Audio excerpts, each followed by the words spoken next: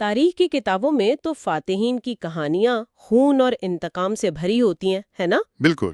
تو پھر سوال یہ ہے کہ جب 10,000 کا لشکر لے کر نبی کریم صلی اللہ علیہ وآلہ وسلم اپنے سب سے بڑے دشمن کے دروازے پر کھڑے تھے تو تاریخ نے خود کو دہرایا کیوں نہیں؟ اور یہی وہ سوال ہے جو اس واقعے کو منفرد بناتا ہے۔ آج ہمارے سامنے فتح رحمت کتاب کے کچھ اقتباسات ہیں اور ہم اسی سوال کی گہرائی میں جانے کی کوشش کریں گے۔ جی، کیونکہ عام طور پر تو جب کوئی فاتح شہر میں داخل ہوتا ہے تو تلوار فیصلہ کرتی ہے، لیکن یہاں کچھ بہت مختلف ہوا۔ آئیے ذرا پس منظر کو دیکھتے ہیں۔ اس سب کی شروعات صلح حدیبیہ سے ہوئی تھی۔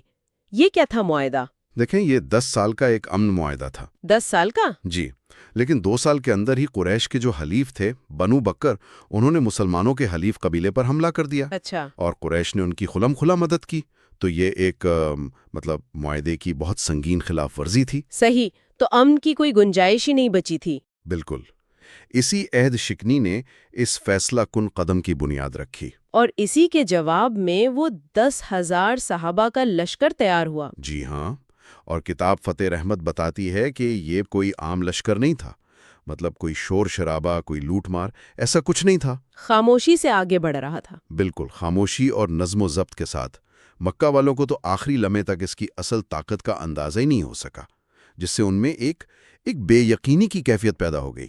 تو لشکر شہر میں داخل ہو گیا، کوئی بڑی لڑائی بھی نہیں ہوئی، لیکن اصل امتحان تو اب تھا جب فاتح اور مفتوح کعبہ کے سامنے تھے۔ جی، اور یہی وہ لمحہ ہے جو اس واقعے کو صرف ایک فوجی کارروائی سے بہت بلند کر دیتا ہے۔ کیا ہوا تھا اس وقت؟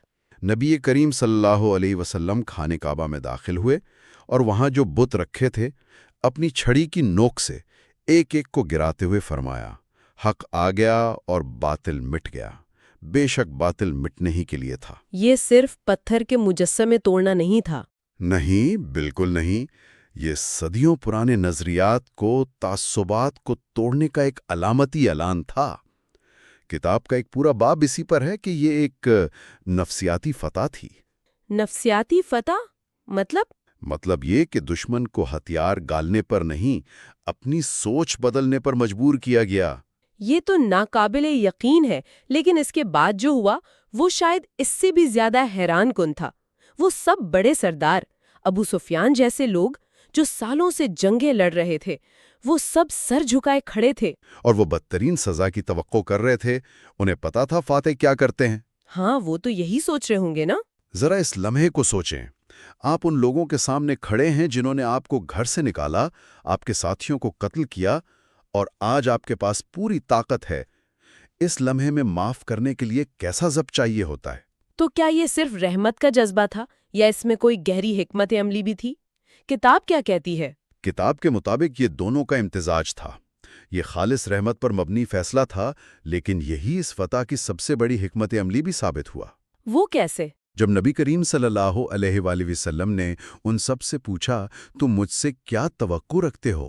تو انہوں نے کہا، آپ ایک شریف بھائی اور ایک شریف بھتیجے ہیں۔ اور اس پر آپ صلی اللہ علیہ وآلہ وسلم کا جواب؟ آپ صلی اللہ علیہ وآلہ وسلم نے فرمایا، جاؤ، آج تم سب آزاد ہو۔ یہ وہ جملہ تھا جس نے جنگ کا خاتمہ کر دیا۔ ایک جملہ؟ جی، کتاب میں واقعہ ہے کہ ایک سردار جو کل تک دشمن تھا، یہ سن کر رو پڑا اور بولا کہ ایسا اخلاق کسی بادشاہ کا نہیں، نبی کا ہی ہو سکتا ہے۔